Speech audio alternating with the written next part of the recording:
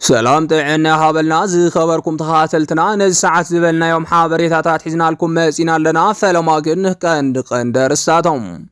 عبدان شاعريدوم زنبرو صنفኛ ኃይልታቱን በሰላማው መንገድ ኢዶም ከም ዝህቡ ተሓቢሮም በወደብ ዛላምበሳ ዘለው ውዕውዕ ንግዲን በዝምልከት ዝወጽ ሓበሬታን ፌደራል መንግስት ከም ዘደንገጸ ተገሊጾም ኤርትራ ኣብ ዛላምበሳ ናይ ቦታ ምምሕያሽ ከም ዝገበረት ዶክተር ደብረጽዮን ኣፍሊጦም ጋዜጠኛ ስታሊን ገብረስላሴ ምስ ኣዘዝ ሰራዊት ትግራይ ተራኺቦም ዝብሉን ካልኦትን ኣለውና ሕጂ ድማ ናብ ዝርዝሮም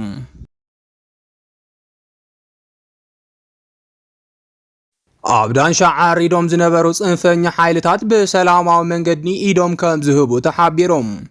بجبرنيا دمك أزودو زمرح صنفኛ ኃይልታት አምሓራ ናይ አብይ አሕመድ ተላእኽት እምበር ምስ ህዝቢ አምሓራ ዝኾነ ይኹርክብ ከም ዘይብሎም ሕጂ ሰራዊት ትግራይ ስጉምቲ ሙሳድ ምስ ጀመረ ፈሕብትን ይብሉ ከም ዘለውን እንዳተጸብጸበ ይርከብ አብይ አሕመድ ጽንፈኛ ኃይልታት አምሓራ ካብ ምዕራብ ትግራይ ከውጾምን ግዛት ትግራይ ክምልስን ውዕል ፕሪቶሪያን ተፈረመቋም ንሱ ዝገብሮ ዘሎ ግን ጽንፈኛ ኃይልታት ምዕራብ ትግራይ ለይቆም ክወጹ እንተይኮነስ እናሰልጠነን እናዓጠቀን ምዕራብ ትግራይ ብዕጥቋታ حركة ملء كم زخانة تجلسهم ጌታቸው ረዳ አፋና ቴሌቪዥን ቀሪቦ አብዛሃቦ ምስክርነት ተመዛበልቲና ምዕራብ ከይመለሱ ዝኸልከሉ መራሕቲ ሕወሓት እምበር ፌደራል መንግስት ከም ዘይኮነ ገሊጹም ከማገላልጻ ጌታቸው ረዳ ተመዛበልቲ በይኖም ማለት ወን ኃይል ጸጥታ ትግራይና ምዕራብ ሓቢሩ እንተዚአትዩ ተመዛበልቲ ከመለሱ የብሎምን ኢላ ሕወሓት ጠንኪራ መርገጽ ኳንታ ሓዘት በጌታቸው ረዳ ዝመራሕ ግዚያው ምሕዳር ትግራይ ግን ጽንፈኛ ኃይልታት ካብ ምዕራብ ትግራይ እንተይወጹም ተመዛበልቲ ንኸመለሱ ተስማዕሚዑ ከም ነበረ ባዕሉ ግልጽ ገይሩሎም ጽንፈኛ ኃይልታት አምሓራ ናብ ዘለዎ ኻቢታት ዝተመለሱ ተመዛበልቲ መቅተልትን ስቃይን በዚሕዎም ናብ ሽረ ሃዲሞም ከም ዝተመለሱ ዝፍለጥ እዮም ስለዚህ ድማ መራሕቲ ሕወሓት ዝሓዝዎ መርገጺ ትኽክል ከም ዝነበረን ህዝቦም ኩሉ ዝወሰድዎ ውሳነ ከም ዝኾነን ምሁራት እንዳገለጹ ይርከቦም በአንጻሩ ድማ ጌታቸው ረዳ ከምቲ መራሕቲ ሕወሓት ዝብልዎ ዝነበሩም ንህዝብ ትግራይ ከዲዑ ተላኣኸ አብይ አሕመድን ብልጽግና ኦሮሞን ከም ዝነበረ ባዕሉ የጋልጽ ከም ዘሎ እቶም ምሁራት ወሲኾም ገሊጾም ስለዚህ ድማ ጌታቸው ረዳ ንዝፈጸሞ ቅሕደት ባንዳ ዝብል ቃል ብትኽክል ከም ዝምጥኖ እቶም ምሁራት ሓቢሮም እዚ ከም ዚሉ እናሃለወ حجز ترخبت كوس حابريتا خام زحبرم عبدانشان والقايتن عاريدوم زنبرو صنفኛ ኃይልታት ውን መሰራዊት ትግራይ አይኑ ዋጋን በመባል ዕጥቆብና ደርበይውተኑ ከም ዘለው ተሓቢሮም ካፍልፍላትና ዝተረኸበ ሓበሬታ ከም ዝገልጾ ኣብ ውሽጥ ውሕዳት መዓልታት ጥራሕ ሰፋሕት ግዛታት ትግራይ ክምለሱ ከም ዝተገበረ ዝረኸብናዮ ሓበሬታ ይረድም ስለዚህ ድማ ኣብ ምዕራብ ትግራይ ዓሪዶም ዘለው ኃይልታት አምሓራ ንግዚያው ጥቕሚሎም ዝተዓጠቑ እምበር ምስ ዝኾነ ይኹን ኃይሊ ናይ ምውጋእ ድሌት ከም ዘይብሎም ተፈሊ توم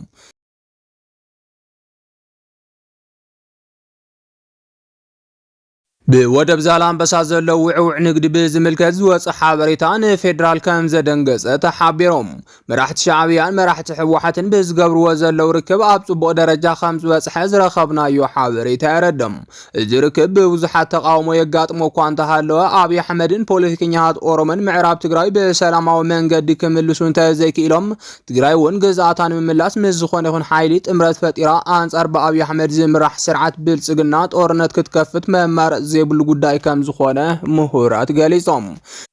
እቶም ምሁራት ወሲኾም ከም ዝገለጽዎ ዝተፈላለዩ ርእይቶ ሃብቲ ንመራሕቲ ሕወሓት ብዘለዎም ጽልል ምሻዕብያ ዘለዎም ጽልኢትን ዝተለዓለ እምበር ትግራይ ኣብ ዝሕልጀዋን ዘለዋ መማረጺ ምሻዕብያን ካልኦት አንጻር ኢትዮጵያ ዝዋግኡ ዘሎ ኃይልታትን ጥምረት ምፍጣር ከም ዝኾነ ተገሊጾም ሕጂ ዝተረኸበ ሓበሬታ ከም ዝገልጾም ኣብ መንጎ ኃይልታት ፋኖን ሕወሓትን ውን ዘተታት ይግበሩ ከም ዘለው ተፈሊጦም ኃይልታት ፋኖ ምዕራብ ትግራይ ናይ ትግራይ ምዃኑ ስለ ዝፈልጡ ምስቶም አብይ አሕመድ ዘዕጥቆም ዘሎ ኣብ ምዕራብ ትግራይ ዝርከቡ ጽንፈኛ ኃይልታት ምንም ዓይነት ርክብ ከም ዘይብሎም ምፍላጥ ተኻይሎም ዋና ዓላማ ኃይልታት ፋኖ አብይ አሕመድ ካብ ስልጣኑ ብምእላይ ናትና እያ ዝብልዋ አዲስ አበባ ምቁጻር ከም ዝኾነ ዝረኸብናዮ ሓበሬታ ይረድም ስለዚህ ድማ ሕወሓትን ኃይልታት ፋኖን በሓባር ብምዃን ናይ ሓባር ጸላዮም ዝኾነ አብይ አሕመድ ካብ ስልጣን ብምእላይ ኢትዮጵያ ናብ ዝነበረቶ አንጻራዊ ሰላምን ምዕባለን ክምልስዋ ከም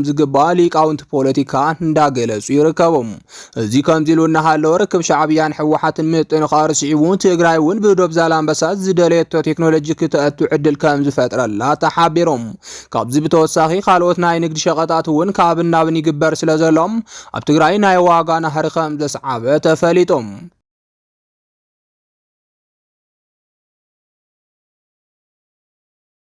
ኤርትራ ኣብ ዛላንበሳ ናይ ቦታ ምምሕያሽ ከም ዝገበረት ዶክተር ደብረጽዮን ኣፍሊጦም። ኣብ ዞባ ምብራቕን ዞባ ሰሜናዊ ምዕራብን ሰራዊት ኤርትራ ወሪሩ ሒዝዎ ዝነበረ መሬት ከም ዝለቐቆ ምሕባርና ይዝከር እዩ።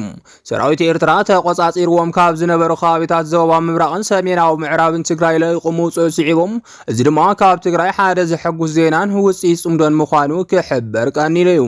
ንልዕሊ 5 ዓመት ኣብ ኢድ ሰራዊት ሻዕብያ ዝነበረ ናይ ትግራይ ግዛኣታት ሎሚ ነጻ ክወፅእ ከም ዝጀመረ ድማ ብብርክት ዝበሉ ናይ ትግራይ ናይ ኤርትራ ሚድያታት ክቃላሕ ጸኒሖም። ከም ዝፍለጥ ሰራዊት ኤርትራ ኣብ መሬት ትግራይ ምዕራድ ካብ ዝጅምር ግዜ ትሒዙ ብርክት ዝበሉ ተጋሩ ካብ መረበቶም ተፈናቂሎም ምጽንሖም ይዝከር። ኣብ መንጎ ህወሓትን ሻዕብያን ጽምዶ ዝበሃል ርክብ ብኣክቲቪስታት ክልቲኡ ወገን ጀሚሩ ሎሚ ክሳብ ፖለቲከኛታትን ኣዘዝትን ዝራኸብሉ ኣጋጣሚ ተፈጢሩ ከም ዘሎ ዝፍለጥ ኮይኖም፣ ነዚ እውን ብዙሓት ተጋሩ ብዛዕባ ዕርቂ ምስ ሻዕብያ ሓሳብ ዝህብሉ ዘለው ኮይኖም፣ ሰራዊት ኤርትራ ትክክለኛ ዕርቂ እንተደልዩ ኣብ ውሽጢ ትግራይ ዘሎ ሰራዊት ንክወፅእ ጻውዒት ክቐርብ ጸኒሑ። ኣብ ሶምን ዝተሰምዐ ዜና ድማ ንዕርቂ ክልቲኦም ወገናት ዝድግፍ ዘሐጉስ ተግባር ካብ ትግራይ ተሰሚዑሎም። እዚ ድማ ኣብ ዞባ ምብራቕን ሰሜናዊ ምዕራብ ትግራይን ዝነበረ ናይ ኤርትራ ሰራዊት መሬት ትግራይ ለይቁ ናብ ኤርትራ ከም ዝኣተወ ዝገልጽ ዜና ብተደጋጋሚ ክቃላሕ ቀኒዩ። ቅድሚ ሕዚ እውን ሓደ ካብቶም ጀመርቲ ጽምዶ ዝኾነ ኣክቲቪስት ልፍዓተይ ብተስፋ ዘቃልሖ ዜና ከም ዝሕብሮም ሰራዊት ኤርትራ ብሰናይ ፍቓዱ መሬት ትግራይ ለይቁ ምውፅኡ ምሕባሩ ይዝከር። እዚ ድማ ነቲ ተጀሚሩ ዘሎ ዕርቂ ናብ ቅድሚት ዝወስድ ተግባር እዩ እንዳተባሃለ ኣድናቆት ይወርደሉ ምህላው ድማ ንምርዳእ ተኻኢሎም። ኣብ ሰሙን እዚ ኣባላት ኣርሚ 22 ምስ ጀነራል ፊሊጶስ ወልደ ዮሃንስ ከም ዝተራኸቡ ምሕባርና ዝዝከር እዩ። ዝተፈላለዩ ናይ ዜና ምንጭታት ከም ዝሓበሮ ኣብ ሶምን እዚ ኣባላት ኣርሚ 22 ምስ ናይ ኤርትራ ሓይልታት ከም ዝተራኸቡ ገሊፀን እየን። ናይ ኤርትራ ሰራዊት ሎሚ እውን ኣብ መሬት ትግራይ ከም ዘሎ ዝሕበር ዘሎ ኮይኖም መሬት ትግራይ ለይቆም ክወፁ ድማ ቅድሚ ኩሉ ነቲ ዝተሓሰበ ዕርቂ ዘሳልጥ ተግባር ምዃኑ ክጽዋዕ ጸኒሖም። ብፍላይ ኣብ ቀረባ ግዜ ብኤርትራ ዝተዋሃበ መግለጺ ሰራዊት ኤርትራ ኣብ መሬቱ ከም ዘሎን ኣብ ናይ ኢትዮጵያ መሬት ከም ዘይሰፈረን ምሕባር ስዒቡ ንብዙሓት ተጋሩ ከም ዘቆጠዐ ግላጽና ይዝከር። ምክንያቱ ድማ ኣብ ብርክት ዝበለ ከባቢታት ትግራይ ሰራዊት ኤርትራ ከም ዘሎን እቶም ግዛኣታት ትግራይ ብኤርትራ ይመሓደሩ ምህላዎም ኩሉ ዝፈልጡ ሓቂ ስለ ዝኾነ ሰራዊት ኤርትራ ካብ መሬት ኢትዮጵያ ኣይወፀን ዝብል ክስ መንግስቲ ኢትዮጵያ ስዒቡ ዝተዋሃበ እቲ መልሲ መንግስቲ ኤርትራ ድማ ንብዙሓት ተጋሩ ኣቆጢዑ ምንባሩ ይፍለጥ።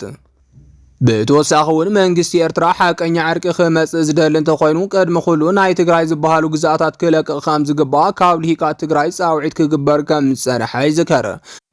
እቲ ጻውዒት ድማ ንትክክለኛ ዕርቅን ጉርብትና መንገዲ ጸርግ ስጉምቲ ምዃኑ ስለ ዝኣምንሉ ምዃኑ ክገልጹ ምጽንሖም ይፍለጥ። ጸኒሑ ድማ ምስ እዚ ዝተተሓዘ ሓደ ሓበሬታ ካብ ትግራይ ተሰሚዑ እዮም። እቲ ሓበሬታ ከዓ ናይ ኤርትራ ኣዛዝ ሰራዊት ዝኾነ ጀነራል ፊሊጶስ ወልደ ዮሃንስ ምስ ኣመራርሓ ሰራዊት ትግራይ ከም ዝተራኸበ ብተደጋጋሚ ገሊጽና ምንባርና ይዝከር። ኣብ ድንበራት ትግራይን ኤርትራን ከም ዝተራኸበ ዝተገለጸሉ እዚ ኣዛዝ ሰራዊት ብዋናነት ኣብቲ ከባቢ ምስ ዝነበሩ ኣርሚ 22 ከም ዝተራኸበ ሓቢርና ኢና።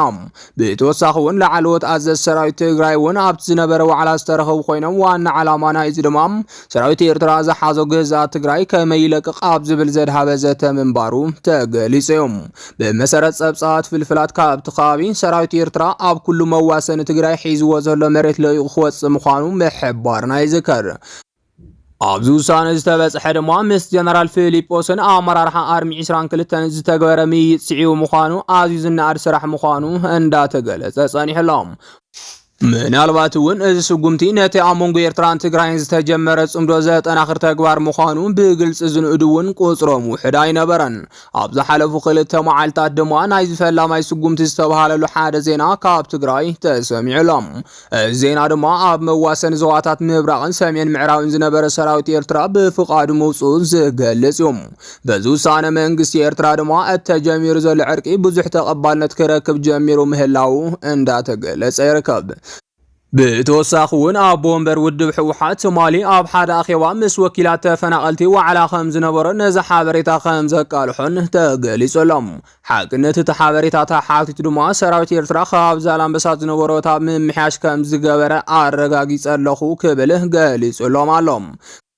ካልኦት ከባቢታት እውን ተማሳሊ ስጉምቲ ክወስድ ትጽቢት ይግበር ዝበለ ዶክተር ደብረጽዮን መንግስቲ ኤርትራ በዚያ አካይዳ እንተቀጺሉ ምስ አስመራ ዝካየድ ጽምዶ ክንድግፎም ንዕውትነቱ እውን ግደና ክንጻወት ይግባእ ክብል ጻውዒት ከም ዘቕረበ ዝረኸብናዮ ሓበሬታ ይረድም። ብኣንጻሩ ምዕራብ ትግራይ ንኣስታት 5 ዓመታት ጎቢጡ ዝሓዘ ብብልጽግና ኦሮሚያ ዝምራሕ መንግስቲ ፌደራል መሬትና ለቂቑ ክወጽእ ኣይከኣለን እኳ ዳስ ንሓይልታት ጽንተት ምዕራብ ትግራይ ኣጀኹም መሬትኩም ሓዝ ዝብል መዓልታዊ መልእኽቲ ዝህቦም ዘሎ ብምባል ተግባር ሰራዊት ብልጽግና ኣቃሊሕሎም። ኣብዚ ቀጠና መሬት ትግራይ ተወሪሩ ደቂሱ ዝሓድር ሰራዊት ትግራይ ኣይክህሉን ዝበለ ኮይኑም ሕዚ እውን ብሰላማዊ መንገዲ ላዕላዊ ግዝኣትና ለቂቑ ክወጽእ ተደጋጋሚ ጻውዒት ዝቀርበሉ ዘሎ ኣብይ ኣሕመድ